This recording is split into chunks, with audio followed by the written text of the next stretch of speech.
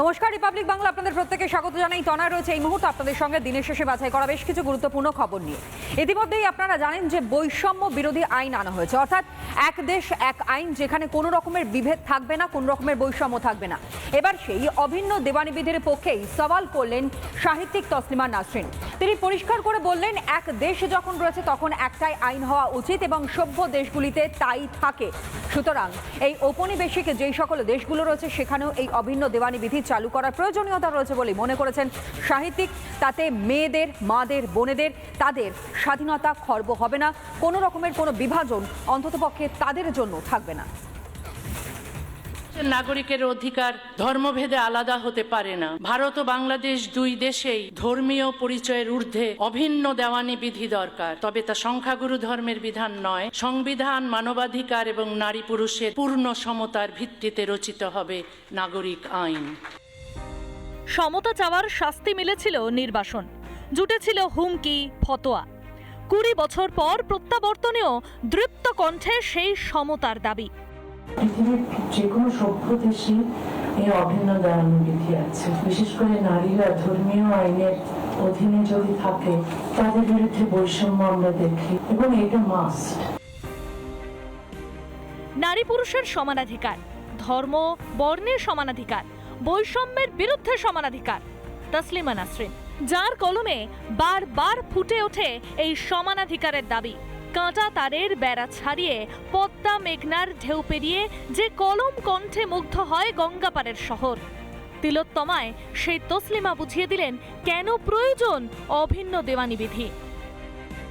কুসংস্কার, তারপর নারী বিদ্বেষ, নোংরা পুরুষতন্ত্র এত জাঁকিয়ে বসেছে যে এগুলোর সমালোচনা না করলে সমাজটাকে বদলানো যাবে না।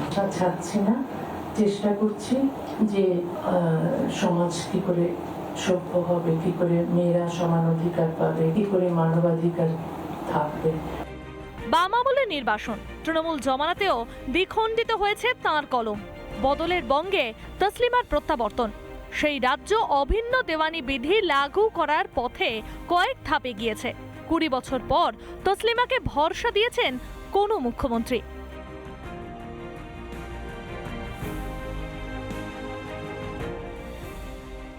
দিন বদলের যে স্বপ্ন দেখতেন তসলিমা, বদলের বাংলায় কবে পূরণ হবে সেই প্রত্যাশা?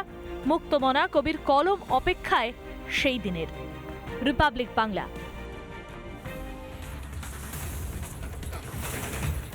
অভিন্ন দেওয়ানি বিধির পক্ষে সওয়াল করার পাশাপাশি মুক্ত শিক্ষার পক্ষেও সওয়াল করেছেন তসলিমা নাসরিন। যারা সোকল্ড মুক্তমনা মনে করত নিজেদের, এমনকি দাবি করত সেই বাম আমলেই তাকে নির্বাসিত হতে হয়েছিল, কলকাতা ছেড়ে চলে যেতে হয়েছিল। কিন্তু রাজ্যে পালাবদল হয়েছে, পরিবর্তনের সরকারের মাত্র 2.5 মাসের মধ্যেই তসলিমা নাসরিন তিনি কলকাতায় এসেছেন। আসবার পর তিনি সরাসরি রাজ্যের মানুষ, দেশের মানুষ, এমনকি যারা বাইরে রয়েছেন, বাংলাদেশ বলুন বা অন্যান্য দেশ, সেইখানকার মানুষের উদ্দেশ্যেও কি বার্তা তুলে ধরেছেন তা আপনাদের জন্য দেখুন। এক সরকার আমাকে বের করে দিয়েছিলেন, দ্বিতীয় সরকার আমাকে আসতে দেননি, তৃতীয় সরকার আমাকে আসতে দিয়েছে। 2007 থেকে 2026 19 বছরে গঙ্গা দিয়ে গড়িয়েছে বহু জল। লাল সবুজের জমানা পেরিয়ে রাজ্যের রং এখন গেরুয়া। প্রায় 2 দশকে চেহারা, ঠিকানা বদলেছে তসলিমা নাসরিনেরও। ত্রিপলির যে মেয়েটি বোরখা পরেনি বলে রাস্তায় মার খেলো, সে আমি। ঢাকার যে মেয়েটি জার্সি পরে ফুটবল খেলেছে বলে হেনস্থা হলো, সে আমি। 2 দশকের বঙ্গের রাজনীতিতে 3 দলের শাসন, 3 শাসকের আমলে 3 আচরণ। বদলের বাংলায় তসলিমার কণ্ঠে ধরা পড়ল শাসকের একাল সেকাল। এক সরকার আমাকে বের করে দিয়েছিলেন, দ্বিতীয় সরকার আমাকে আসতে দেননি, তৃতীয় সরকার আমাকে আসতে দিয়েছে। সরকার বদলেছে, বয়স বেড়েছে তসলিমার, সময়ের সঙ্গে তাল মিলিয়ে বেড়েছে সমানাধিকারের পক্ষে লড়াইয়ের জেদ। মুক্ত চিন্তার দিশারি তসলিমার কণ্ঠে শিক্ষায় সংস্কারের বার্তা উঠে এসেছে। বাংলাদেশের মাদ্রাসা সম্পর্কে আমার যেটা মনে হয় যে মাদ্রাসাগুলো থাকা উচিত নয়, কারণ অনেক সময় মাদ্রাসা দেখা যায়, সবসময় নয়, অনেক সময় দেখা যায় যে মাদ্রাসাগুলোতে জিহাদি তৈরি হচ্ছে। তাসলিমা লিখেছিলেন, ভুল প্রেমে কেটে গেছে 30 বসন্ত।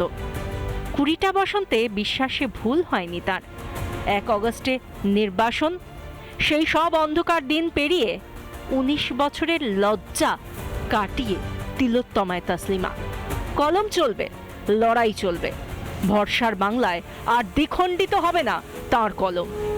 কফি হাউসে ঠান্ডা কফি সামনে নিয়ে ঈশ্বরের চেয়ে বেশি ভাববো ঈশ্বরচন্দ্রের কথা। কথা ছিল, কথা কার সঙ্গে ছিল আমার? রবীন্দ্র সদন, লেকের জল, মেমোরিয়াল, মনুমেন্ট, কার সঙ্গে? রিপাবলিক বাংলা। 7 নম্বর আলাম স্ট্রিট লেন এবং সেখানেই ছিল কারখানা। হাওড়ার পিলখানা নামটা শুনলেই আপনারা বুঝতে পারছেন প্রসঙ্গ কি। একদম তাই, পাক জঙ্গি হামিম এবং তার পরিবারের কারখানা, তার বাবার কারখানা ছিল সেখানে। যদিও বর্ধমান থেকে এসটিএফ এর হাতে গ্রেফতার হওয়ার পর থেকে সেই কারখানায় তালা লেগে যায়। আপনারা এটাও হয়তো জানেন, কারণ স্থানীয় বাসিন্দারা তারা পরিষ্কার করে বক্তব্য সামনে রাখছেন যে এই কারখানাতে নাকি জামায় বারকোড বসানো হতো। কিন্তু সত্যিই কি বারকোড বসানো হতো, নাকি সামনে এক কাজ হতো আর পেছনে অন্য? কি বলছে তদন্তকারী আধিকারিকরা, দেখুন।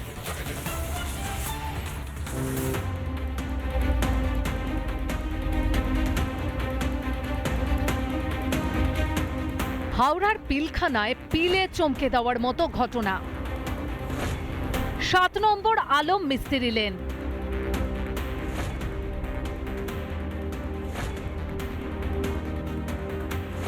এখানেই কারখানা জঙ্গি হামিমের। বাইরে থেকে দেখলে বোঝার উপায় নেই কারখানার আড়ালে এখানে ঠিক কি চলতো। হামিম মণ্ডলের বাবার কারখানা, এই একটা ঘর এবং সঙ্গে আরও একটা ঘর, দুটো তালাবন্ধ অবস্থায় রয়েছে। পুলিশ সূত্রে জানা যাচ্ছে হামিমও নিজে সেই ব্যবসায় সাহায্য করতে বিভিন্ন সময় আসতো, কিন্তু তার মাঝেই এই ধরনের এত ভয়ঙ্কর প্ল্যান তৈরি করেছিল এই হামিম। প্রায় 2 বছর আগে বাবার মাধ্যমে এই ঘর ভাড়া নিয়েছিল ধৃত জঙ্গি হামিম মণ্ডল। বর্ধমান থেকে হামিম গ্রেপ্তার হতেই তালা ঝুলছে কারখানায়। বাইরে তালা ঝুললেও ভেতরে এখনো ঘুরছে পাখা, জ্বলছে লাইট। হাওড়া পিলখানায় হামিদের এই কারখানা এবং এই কারখানার পাশেই রয়েছে তার অফিস। এবং এই যে কারখানা তুমি দেখতে পাচ্ছ যে এখানে রয়েছে 2টি সিসিটিভি ক্যামেরা এবং তার সঙ্গে 5টি ক্যামেরা চলছে, যে এইটা তার অফিস। স্থানীয় সূত্রে খবর, কাজের অজুহাতে মাসিক মোট 11,000 টাকায় ভাড়া নেওয়া হয়েছিল এই কারখানা ও দোকান। এর মধ্যে কারখানার ভাড়া 7,000 আর দোকানের জন্য ভাড়া লাগতো 4,000 টাকা। যখন বাড়ি ভাড়া দিয়েছিলেন হামিম বা তার পরিবারকে, তখন কোনো ডকুমেন্টস রেখেছিলেন কি? ডকুমেন্টস আধার কার্ড আছে মনে হচ্ছে, হ্যাঁ, ওর বাবা নাম। আচ্ছা, হামিদ জন্য কিছু নেই আমার। স্থানীয়দের চোখ এড়িয়ে এত বড় দেশবিরোধী ছক তৈরি হচ্ছিল এখানে। পিলখানা তো 20 বছর থেকে আগে থেকে আছে ওরা। আর পিলখানায় ফ্ল্যাট আছে। এই কারখানাটা নিয়েছে 2 বছর কাছাকাছি হয়েছে এখানে। হ্যাঁ, 2 বছর আসছিল যাচ্ছিল এখানে, নতুন এরকম ছেলের মতনই ছিল, কিন্তু আমরা জানি না কি এরকম কাজ করে ওরা। তো আপনাদের মাধ্যমে শুনেছি আমরা কি এরকম কাজ করেছে, তারপরেই আমরা ভয়। আমরা কোনোদিন দেখে না, আর ও ছেলেটা এদিকে থাকে নাই, তো ভাড়া রেন্ট ঘরে নিয়েছে। আমরা তো 10 মাস আগে দেখেছে। হামিমের বাবার সঙ্গে টেলিফোনে যোগাযোগ করে রিপাবলিক বাংলা। হামিমের নাম শুনতেই ফোন কেটে দেন তিনি। হামিম মণ্ডলের বাবা মনিরুদ্দিন মণ্ডলের সঙ্গে আমরা যোগাযোগ করার চেষ্টা করব, ফোন করব। হ্যালো, নমস্কার, আমি মনিরুদ্দিন মণ্ডলের সঙ্গে কথা বলছি। আপনার ছেলেকে জঙ্গি হিসেবে গ্রেফতার করা হলো, কি বলবেন, কতটা সত্যতা রয়েছে? পশ্চিমবঙ্গে এখন নতুন রাজ্য সরকার। রাজ্য প্রশাসনের জিরো টলারেন্স নীতির ফলে একে একে পুলিশ ও গোয়েন্দাদের জালে ধরা পড়ছে দেশ বিরোধী চক্রান্তকারীরা। ভারতবর্ষে গত 50 বছর ধরে টেরোরিজমের বিরুদ্ধে লড়াই করছি আমরা। এর আগে সরকারগুলো সমঝোতা করে নিয়েছিল টেরোরিজমের সঙ্গে। আমাদের সরকার আসার পরে টেরোরিজমের যেখানে গড় আঁতুড় ঘরে আমরা গিয়ে সার্জিক্যাল স্ট্রাইক করেছি। তো ওরা ভুলে গেছে যে এখন নরেন্দ্র মোদী সরকার চলছে, বিজেপি সরকার চলছে এখানে। তো সেই জন্য যেখান থেকে এরকম হবে সে তার মূল শুদ্ধ উপড়ে ফেলবো আমরা। হামিমের এই নেটওয়ার্কের জাল আর কতদূর বিস্তৃত? বদলের বাংলায় পুলিশের তৎপরতা প্রমাণ করছে নাশকতার চক্রান্তকারীদের ঠাঁই এখন আর বাংলায় হবে না। রিপাবলিক বাংলা। নাশকতার চালিকা শক্তি ছিল হামিম এবং তার বান্ধবী হামিম মণ্ডল এবং অর্পিতা সরকার। এরা দুজন কিভাবে কাজ করত এবং সবথেকে বড় বিষয় যে ভার্চুয়ালি কন্ট্যাক্টসগুলো তাদের পাওয়া গিয়েছে সেখান থেকেই বা তাদের কাছে কিভাবে নির্দেশ আসতো, আকারা কিভাবে নির্দেশ দিত। শুধু পাকিস্তান নয়, একই সঙ্গে দুবাইয়ের সঙ্গে তাদের যে যোগাযোগ ছিল তার প্রমাণ ইতিমধ্যে এসটিএফ এর আধিকারিকরা তারা পেয়েছেন। কিভাবে এই ছক কষা হয়েছিল নাশকতার, কিভাবেই বা জাল বোনা হয়েছিল হানি ট্র্যাপের, সবটাই এই মুহূর্তে তদন্ত করে দেখছেন এসটিএফ এর আধিকারিকরা।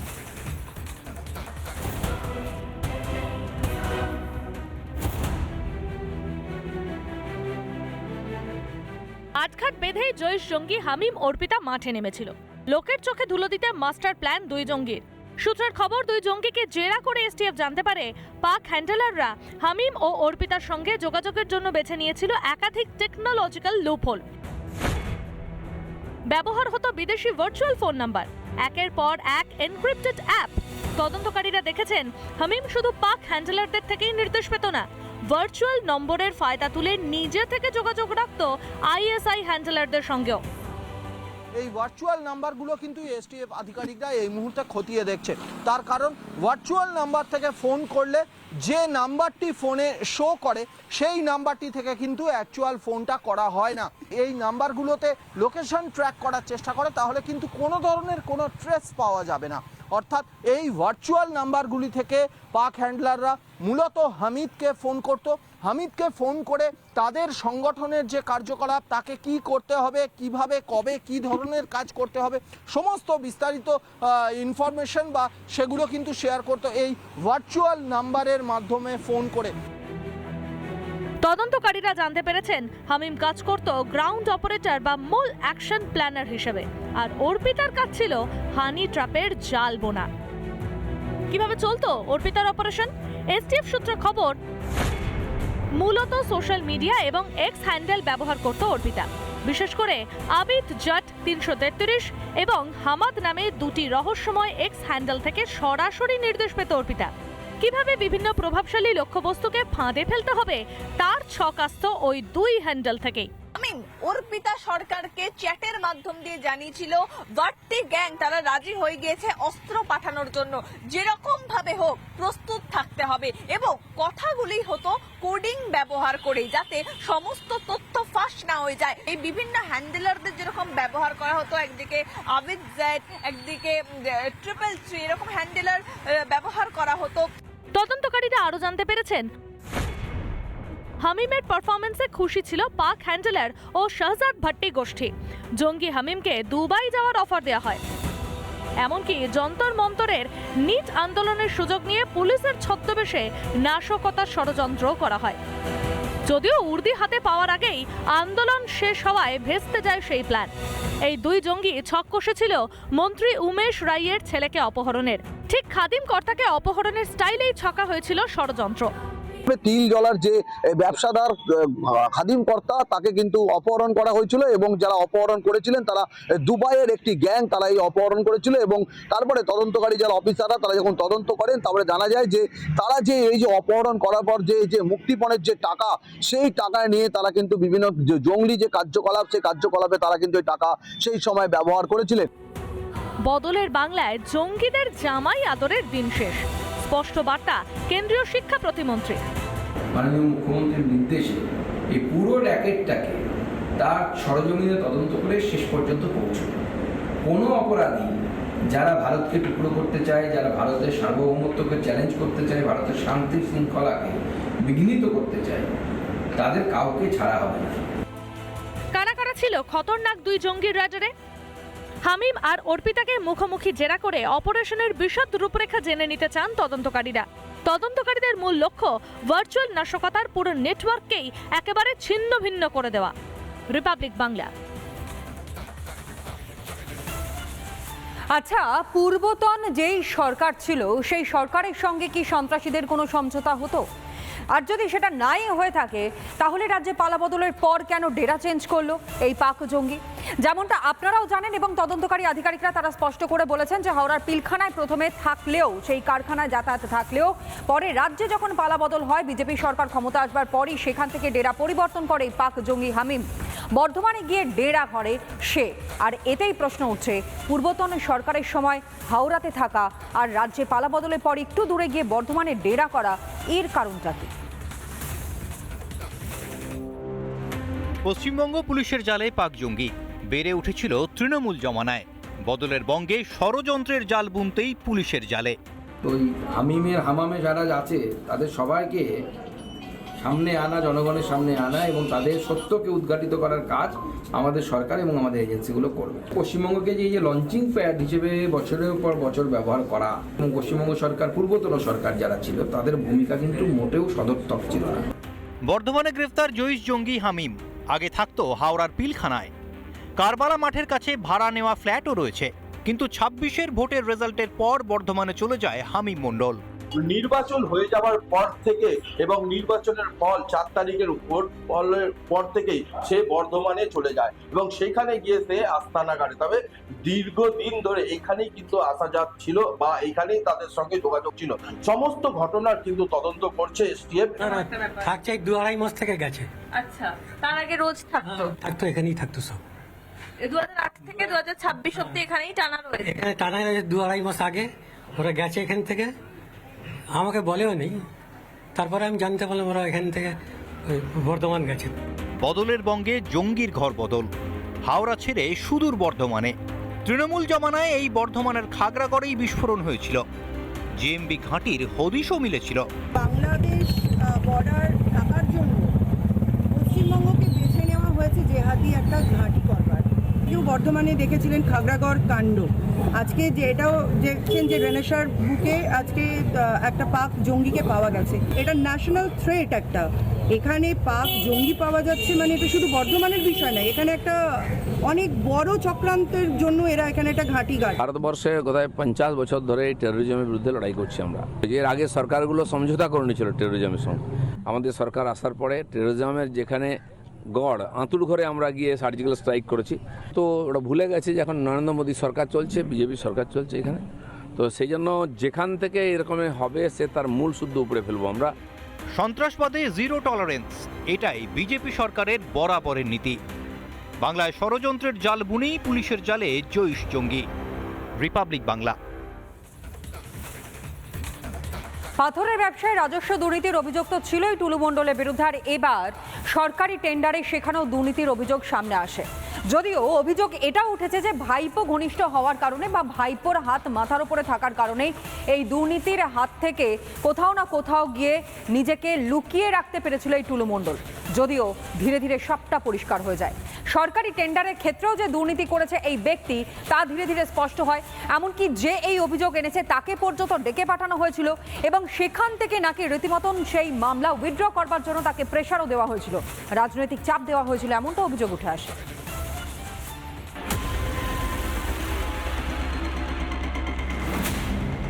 পেঁয়াজের খোসার মতো সামনে আসছে টুলুর দুর্নীতির সাম্রাজ্য। উদ্ধার হচ্ছে কাঁড়ি কাঁড়ি টাকা, কার্যত সোনার পাহাড়ে বসে টুলু। সামনে আসছে তার নতুন নতুন দুর্নীতির কারনামা। যত গরিব জেলা আছে সেখানে যত বড় বড় মাফিয়া আছে। পশ্চিমবাংলায় যে পিছিয়ে আছে কিছু জেলা যে গরিব আছে তার কারণ হচ্ছে ওখানকার সম্পদকে লুট করেছে কিছু লোক এবং সরকারি সহায়তায় করেছে। তো আজকে সরকার সমস্ত তদন্ত করছে আর সে সম্পদও বার করা হবে এবং যোগ্য জায়গায় তাদের পৌঁছে দেওয়া হবে। কেউ আইনের বাইরে নয়, ধীরে ধীরে সবার কাছে সরকারের আইনের হাত পৌঁছবে। অভিযোগ, রাজনৈতিক প্রভাব খাটিয়ে পূর্ব মেদিনীপুরের একাধিক রাস্তার বেআইনি টেন্ডার পেয়েছিল টুলু। এমনকি সামনে এসেছে প্রকল্পেও দুর্নীতি। এই রাস্তার টেন্ডারটা উনিও ড্রপিং করেছিলেন, আমিও ওই টেন্ডারে পার্টিসিপেট করেছিলাম। তো ওনার অনেক কিছু কাগজ না থাকা সত্ত্বেও ওনাকে কাজ পাইয়ে দেওয়ার ব্যবস্থাটা হলো। অভিষেক ব্যানার্জি অফিসে আমাকে ডাকা হলো, সেখানে 2-3 ঘন্টা বসিয়ে রাখার পরে সুমিত এলো। সেই আমাকে থেট যে আপনি বেশি লাফালাফি করছেন কেন দাদা, না এইভাবে করা যাবে না, উনি আমাদের অনেক কিছু ব্যাপার, যেহেতু দলীয় ব্যাপারটা আছে, আপনাকে পরে আমরা দেখছি। যে পরিমাণে কাজ হচ্ছে সেটা সম্পূর্ণভাবে মানে ইয়ে হচ্ছে, তাও আমরা তাকে ডেকেছি বা তার যে কন্ট্রাক্টরকে কোনোভাবে হচ্ছে না। এমনিতে টেন্ডারতে প্রভাব কাটানো, তবে কাজেও দুর্নীতি দুর্নীতি মানে এইভাবে দুর্নীতি আমরা কোনো জায়গায় দেখতে পাইনি। অভিযোগ দুর্নীতির টাকা ঘনিষ্ঠদের কাছেই রাখত টুলু মণ্ডল। সেই অভিযোগে অভিযানে পুলিশ। মঙ্গলকোটে টুলু ঘনিষ্ঠ ইফাজুল হকের বাড়িতে চলে তল্লাশি। এদিকে টুলু মণ্ডল তো বিদেশে, তার নাগাল পেতে ইন্টারপোলের দ্বারস্থ হওয়ার চিন্তা ভাবনা করছে পুলিশ। তবে টুলু হোক আর ভুলু হোক, যেই হোক না কেন, তাদের ব্যবস্থা কিন্তু করবে, আমাদের সরকার ব্যবস্থা করবে। ছাড়বে, সে তখন আর ভারতে আসতে পারছে না, বাইরে বাইরে ঘুরে বেড়াচ্ছে। ঘুরে বেড়াক, কিন্তু একদিন না একদিন তো আসবে। ঘুঘু দেখেছো বাবা, তুমি ফাঁদ দেখো না, এবার ফাঁদ দেখবে। টুলু মণ্ডল একজন এজেন্ট শুধুমাত্র হচ্ছে, এজেন্টের কাছে যদি এত কিছু হয়, এর মালিককে আপনি আগে খোঁজ লাগান। ইনভেস্টিগেশন চলছে, মালিক যেদিন ধরা পড়বে সেদিন আসল সত্যটা বেরিয়ে আসবে। তবে সেটার আর বেশি দেরি নেই, পুরো ইনভেস্টিগেশন চলছে। এ শুধু হচ্ছে মাত্র একটা কমিশন এজেন্ট। টুলু মণ্ডলকে শুধুই এজেন্ট?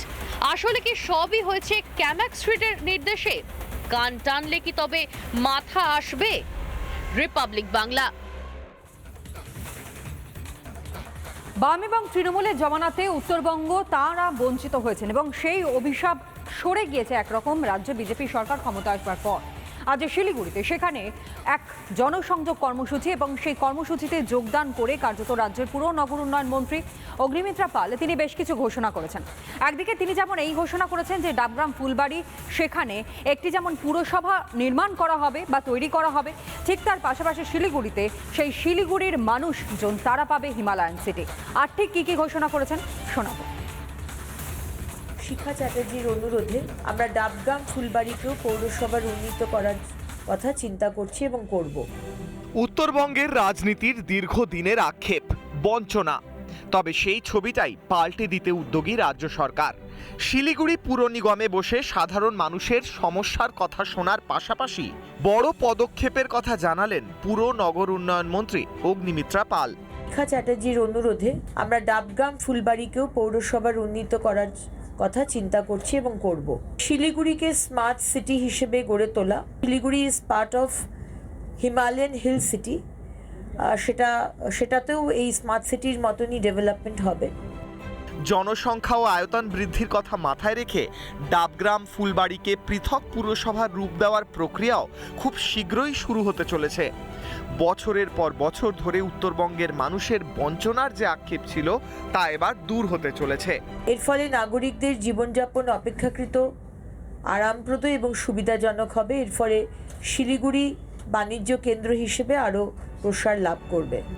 কথা নয়, কাজেই বিশ্বাসী, এই বার্তাই যেন শিলিগুড়ির মাটি থেকে পৌঁছে দিলেন মন্ত্রী অগ্নিমিত্রা পাল। বহু বছরের উদাসীনতা ও অবহেলার অধ্যায়কে পেছনে ফেলে উত্তরবঙ্গ আজ এক নতুন সম্ভাবনার মুখে দাঁড়িয়ে। ডাবগ্রাম ফুলবাড়ির পুরসভা থেকে শুরু করে হিমালয়ান সিটির নতুন রূপকথা। এই মেগা মাস্টার প্ল্যান সফল হলে পাহাড় ও সমতলের সংযোগস্থল চিকেন স্নেক শিলিগুড়ির গুরুত্ব বাড়বে আরও বহুগুণ। রিপাবলিক বাংলা। হাওড়া নানা ধরনের কন্টেন্ট দেখার জন্য লাইক করুন, শেয়ার করুন আমাদের ফেসবুক পেজ, সাবস্ক্রাইব করুন আমাদের ইউটিউব চ্যানেল। পাশাপাশি অন্যান্য ব্রেকিং নিউজের জন্য অবশ্যই চোখ রাখুন রিপাবলিক বাংলায়।